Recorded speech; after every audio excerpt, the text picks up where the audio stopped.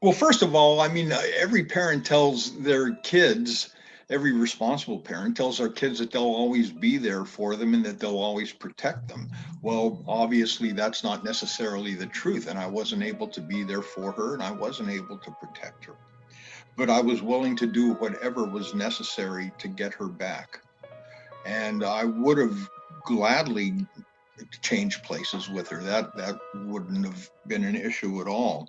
But ultimately, what happened is once we found out what had happened and that this character was even on the street when he should have been in prison, it just rose my anger to a level that I'd never experienced before. I mean, I was just completely livid, and that was a state of mind that existed in me for probably 10 or 15 years. So I was driven by absolute anger to ensure that what happened to my kid wouldn't happen to somebody else's kid. And I really believe that anger can be a real agent of possible change, of positive change. I'm sorry. And it's just a matter of directing the energy into something positive as opposed to something negative. But also, it was my therapy. You know, I mean, this was my therapy, and it's been my therapy for the 28 years since, that we can give meaning to Polly's death by taking the lessons learned in her situation and the other situations we've been involved with since, and and trying to make a difference in people's lives. So, you know, that's how I was able to do it. That in the support of my wife and my other family members, and you know, in large part because of the support of the American public. I mean, I figured I had about a 90-day window of opportunity to be able to affect any kind of change. And so we pursued everything with a great sense of urgency, and still do. This is going to be the huge question, I think, for a lot of people. One of the things that really, at least for myself, and I know Jane did a huge piece on the Quan Charles story, the missing, the response, the failure to respond, and all of that, right? But also just the Amber Alert and what, in my digging, but also in her piece, right, and what she has done, looking into it, it has really led us to kind of think about the Amber Alert as a process, right? Cumbersome, but also very complicated and very different from state to state. I don't think people really understand that, that it doesn't really, and especially with Black and brown folks, depending on the relationship that they have with their community and the police, Yeah. how does that impact the response, right? And Jane, chime in if there's more addition to that question, but that was the huge piece, as I was digging into the Amber Alert, but also where we're at in 2021 and police and community relations. Well, I think it's worse now than it's ever been, isn't it? I mean, you only have to look back at the last year um, to see how horrible it is. And I have to say for myself, it's been a huge awakening. I've been involved in the criminal justice system for decades now, and I just didn't realize how bad it can be for particularly young men of color. It's just mind-boggling that I don't know. I mean, I don't even know.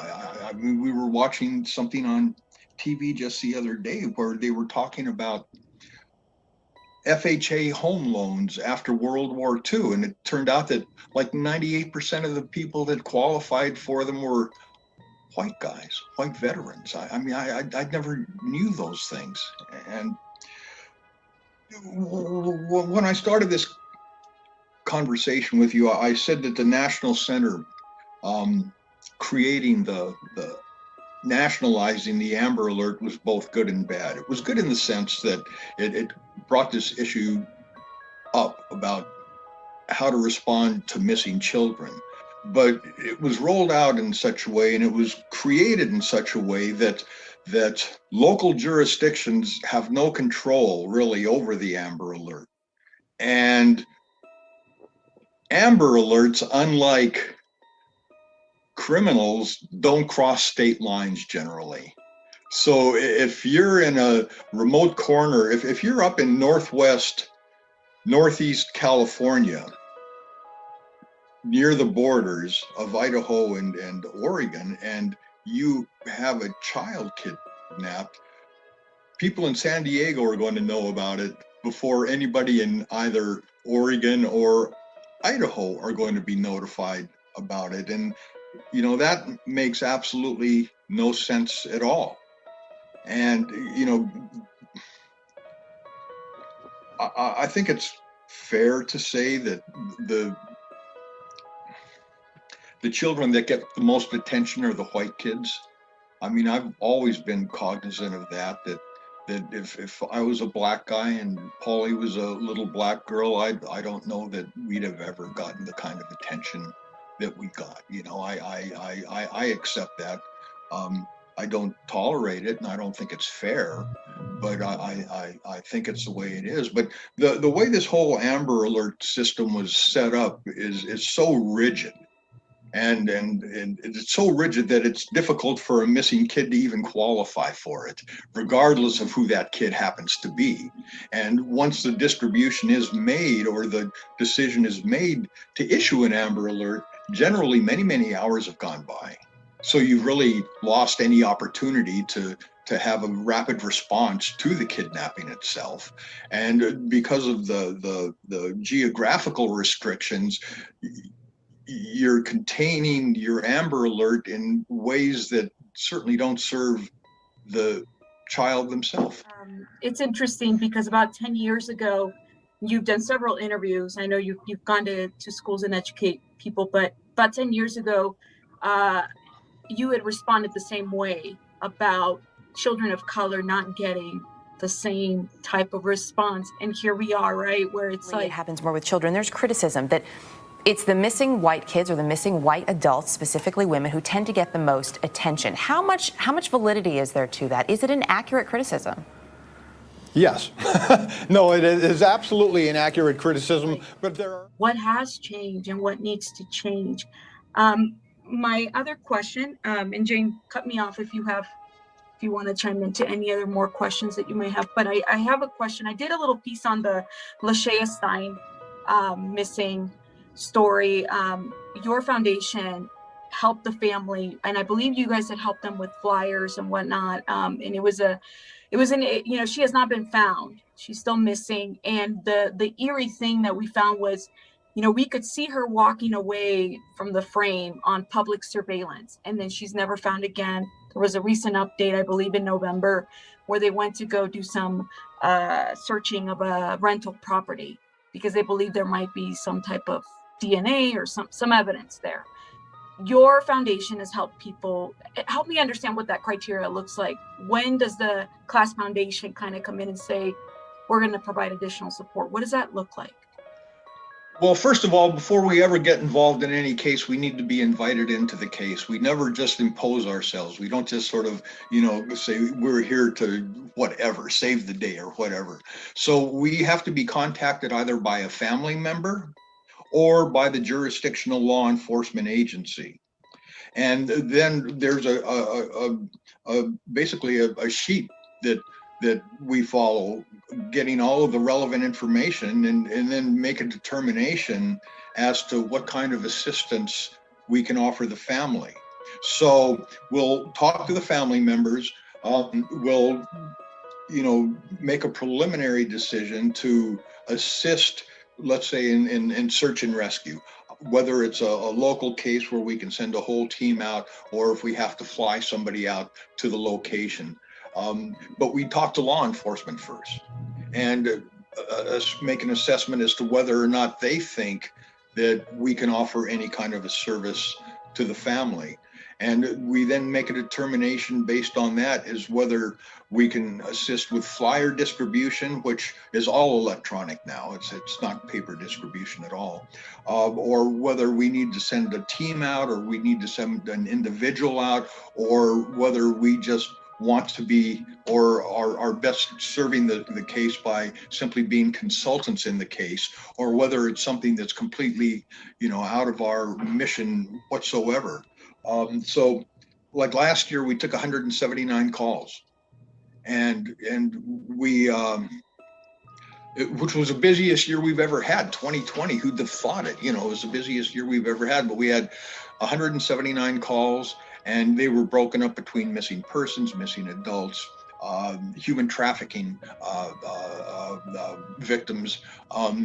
And then we'll work with our partners, whether it be the law enforcement agency, whether it be the family, whether it be a federal agency like the FBI, or even other organizations like ourselves, just try to fit ourselves in and do the best we can for the missing person and their family. Are you particularly familiar with the case of Kawan Bobby Charles that happened last year? Okay. No, not really. No. I mean, it sounds, well, it's tragic. I mean, it's anytime a kid disappears, it's just a horrible situation. Yeah, that was just a huge lag. And I mean, I hear what you say about the different regulations from state to state, but his body was recovered, and his face had been kind of, I don't know, decayed, eaten at, attacked, still very unknown. And there was just a huge delay between the police department actually releasing the information to let the public know that he was actually missing. And there was just a lot fishy with the story. So, yeah, but I'm pretty sure you've heard a lot of those cases. Well, listen, most law enforcement agencies don't have a missing child protocol. They don't know how to respond when a child goes missing, and they don't know how to prioritize. So, they can have just some cop sitting there looking at a sheet of paper, trying to figure out what's the next move. And if it's not a sympathetic cop, or if it's a bad cop, you could find yourselves in some real trouble there. That's why I always counsel that when your kid's missing, one of the first call you make is always got to be the 911 call, but then you have to call the FBI. These are people that have actual experience and knowledge about how to how to investigate these missing cases. If you leave it up to a cop, the cop could sit there for hours trying to figure out whether or not it fits the Amber Alert criteria. And then that cop has to contact a centralized location somewhere at the state capitals. Generally with the state police, there will be an individual who will then go over everything the cop went over and ultimately make a determination as to whether or not an Amber Alert needs to be issued. And, you can lose 6 to 8 hours doing something like that. And ultimately, in most jurisdictions, the only kids that are ultimately going to qualify for an Amber Alert are parental abductions. Because one of the criteria for the Amber Alert in almost every jurisdiction is vehicle information. You have to know what vehicle the guy was driving in, generally the guy, and what the license plate number is. Well, how in the world, no predator is going to advertise that information. These guys deal in shadows, So most cases like Polly or Adam Walsh or Elizabeth Smart or JC Dugard or any of these kids are not going to qualify for the Amber Alert simply because you don't have that piece of information. There was something that you said, time is of essence. So, and I know you've done some education to parents about what do you do? And the first thing that you said is, you call 911, but then you call the FBI. Is that going against what, say, your local police department would recommend? Because what I've noticed is a lot of the missing cases is time is of essence. There's a lot of research that supports, between the time that a child goes missing, how quick you can find them, whether, they're going to be dead. Like, what does that look like, right? What are your thoughts about race relations in terms of working with the police? A child goes missing. To me, and I'm sure Jane would agree, we want to find the kid right away. I'll be your friend later, right? But we want to find the child right away. Yeah. What process do you recommend if any parent finds themselves that way in that situation? God forbid. Well, I mean, I think that's one of the reasons you want to get the FBI involved. I mean, I can't speak to local prejudices in local agencies. I mean, it just gets grimmer and grimmer as time goes by, the more we learn about all of this stuff. But I really don't believe, I would hope that systemic racism doesn't really exist in the FBI. I mean, you know, these aren't local people. These are agents that have been called from all over the United States, and they have to deal in very special and specific ways. So, I mean, if you live in a community where there are Ferguson, Missouri is a good example, where the relations between the community and the local law enforcement agency just don't work, you're, as a person of color, probably not going to get the response you need out of that local agency, which means you're going to have to go somewhere else. And I think another piece of this puzzle is that if you're not getting the response you need out of law enforcement, maybe it's time to go someplace else. Maybe it's time to contact media, find a television reporter that will listen to you, and certainly social media as well. Social media is proven to be an enormous tool in raising awareness about missing kids. And in fact, it's even helped to bring many missing kids home. So you're not stuck with one set of tools. If your kid's missing, the police are one tool, and probably the most important tool, but one tool in a complete toolbox that now exists for people to publicize and hopefully solve their own missing child case. So when folks find themselves taking matters into their own hands, when they aren't getting the response from law enforcement agencies, they're just using social media, is there anything that you would recommend they not do that maybe is a hindrance while frantic and trying to get their kid back home? Any mistakes? Oh yeah, absolutely. Don't criticize the police. I mean, seriously, you know, if your kid's missing and you're not getting the response you want, I mean, and you're going into other directions, I completely get that. I mean, I encourage that, I endorse that.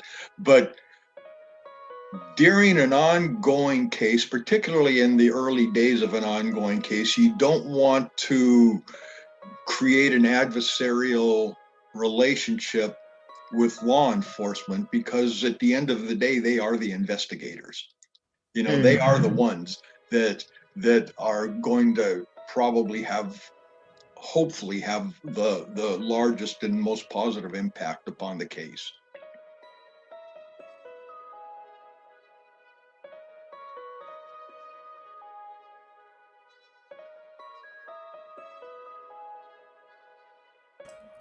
We will be releasing part 3 tomorrow, where we kind of conclude that interview. Shout out to Mr. Marc Klaas and his foundation. You know, they've been doing a lot of work with missing kids in general, making sure that they provide those resources. When I looked into the Lashea Stein, for example, you know, just helping out the family, making sure that there was enough support. And it sounds like you would have to invite that agency in. So they never go in there as an intervention or a source or promising anything. I think it's interesting, right, that the person, this man, taking his experiences, right, took his pain and did something with it. It wasn't about, you know, really thinking, you know, making a name for himself per se, right? That just kind of happened with the territory of what he was doing, which I can understand. Yes. Let me look at these comments. The reality that the first few hours are highly, highly critical is a double-edged sword, right? That's also the time most children will turn up. So there's reluctancy by the LEAS, you know, and we had looked at that, right? We had looked at 2 or 3 different maps. I think it was 3 total of processes as it pertains to the Amber Alert. every jurisdiction does something different, right? So there's one, I believe it was the one in the middle that we had talked about, and I can always bring that document up again, maybe in our next live, where it talked about like the processes that maybe one state had to do. So one state informs one, a child goes missing, and there is this like window of time that just keeps going by and by. And so then where is that research that supports that this process of the Amber Alert and that each jurisdiction is doing well? Where is it that it supports that? And also, where is exactly the numbers and or data that says that, if you don't act right away, again, like you have to be very responsive. What's more important at the time when a child goes missing? Is it the process? And then the criteria that each jurisdiction gets to decide. So some of them will say, well, it's an Amber Alert if a kid goes missing, and it's an Amber Alert if it goes missing by someone seeing them being taken, like if they're dragged into a car. But if no one sees that, there are other like medical factors that add into it as well. But we're also not looking at those anomalies, situations in which like that's not the case. No one saw that this child was taken. So then that means no Amber Alert and no media coverage, right? Like then what is it? What do you do in those situations? Because you need some support from the police in order for the message to go out, if that makes sense. So that was the one thing I realized. The one thing for me, it was that clip of 2011, 2011, and this, the question from the news reporter, whether there was any validity about the white kids and certain kids being more highlighted on the Amber Alert versus some other group of race. Has that changed? Obviously it hasn't, right?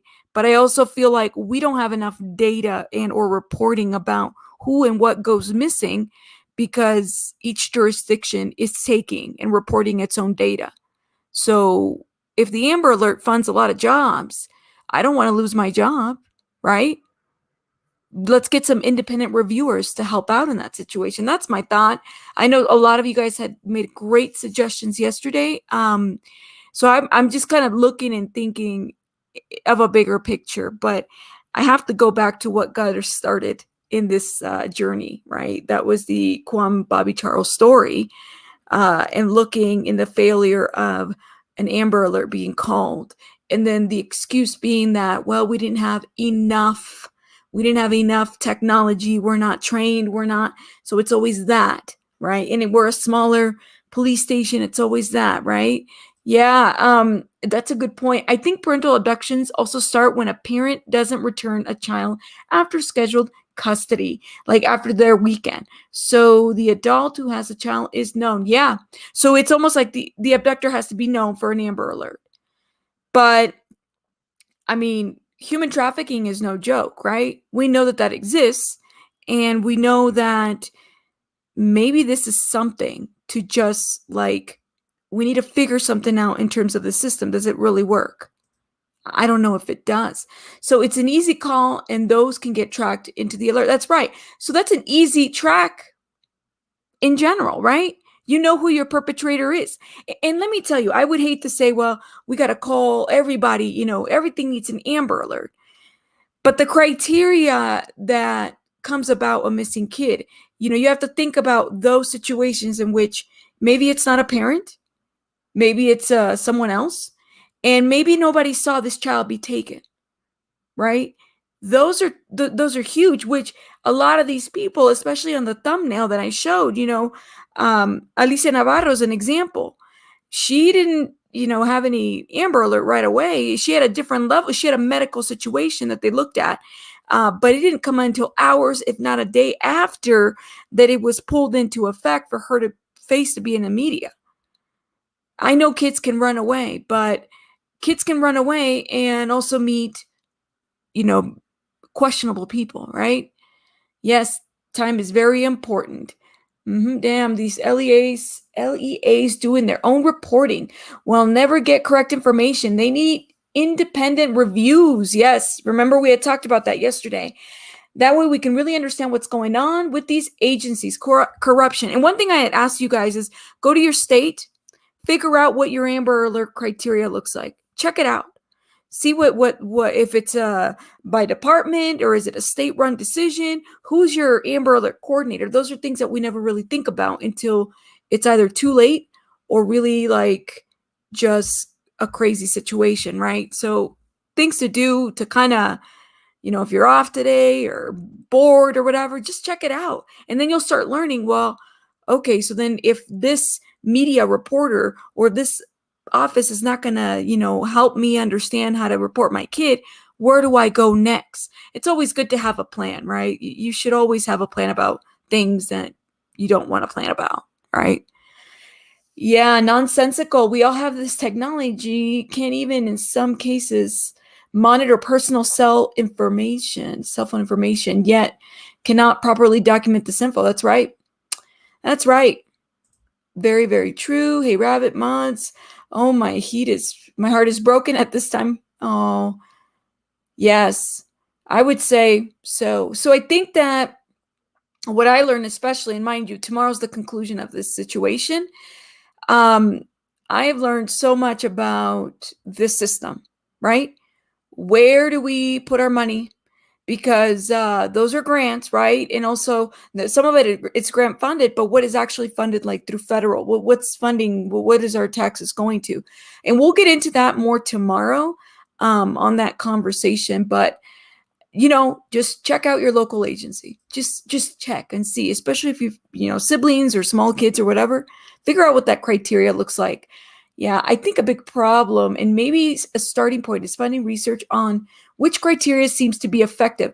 Yeah, so then if it's like, say we use, and like I said, I don't want to discredit the Amber Alert. The Amber Alert has their own data pooling way. But say that you use at least that being a starting point. Okay, so maybe checking to see if there's a specific state that reported numbers. Well, those numbers, do they match what maybe the state website says, what they reported to the Amber Alert, right? So it's almost like one reports to another. Well, does that information match? And so then locally or in your state, you can see, okay, they might be tracking this information by zip code. Okay, zip code. So what does that look like in terms of Amber Alerts? And it's not, just this week alone, I think we had 3 or 4 on YouTube that I saw. I'm not even talking about my state, but that were actually things that went through, right? And one of them was of a mom and a toddler child, and the toddler was found alive, but the mom was not. So those are things to kind of factor in. So if there's DV situations, so are those bigger in that area, or a custody? Is that where the attention needs to be paid at? And then how do we open the opportunity for other criteria to fit in? Those are things that we have to really come up with. And if there's a discrepancy, or if there's an overrepresentation, right, of black or brown or whatever, then we're able to see, all right, so why is there an overrepresentation? And what we could have done different. Those are things that a reviewer would be great at, to review and to figure out if we're putting our money in one place versus another. Should our money go somewhere else? Should our money go to a process where everybody can be shown in the media when they're missing, right? Just a thought. Thank you very much. In Texas, the give the city that, okay, the race and vehicle child was abducted in, which is an improvement for what it used to be. So Deetra, what if the child was not abducted in a vehicle? I'm just throwing out a scenario. Say that no one saw the vehicle, but they know that the child was abducted. Would it have to have been someone to have seen the abduction in order for it to have been an abduction? That's the piece that I always feel like we're walking on eggshells, right? You have to fund a study. That's right. Yes, Stephanie, that was a great question. Thank you so much. Hello. Thank you so much for everybody on the chat. So we are going to conclude this tomorrow. You guys don't want to miss it, because tomorrow we really get into some stuff. Shout out to Mr. Marc Klaas. Shout out to everybody on the chat. I really hope that we can at least have a really good conversation in this. This is kind of like the content, in my opinion, that I like to look into as well. Just have a nice little balance. But this is a huge rabbit hole. It's going to take several rabbits. You know, it's not just this little rabbit. It's got to be a lot of rabbits that really are interested in making a change into this. But we'll talk more about that tomorrow. I hope you guys brought in your coffee. If not, go get some more. And, you know, we'll see you tomorrow. You guys have a wonderful rest of your morning. And, you know, keep your head up. All right. Shout out to everyone on the chat. Rabbits out.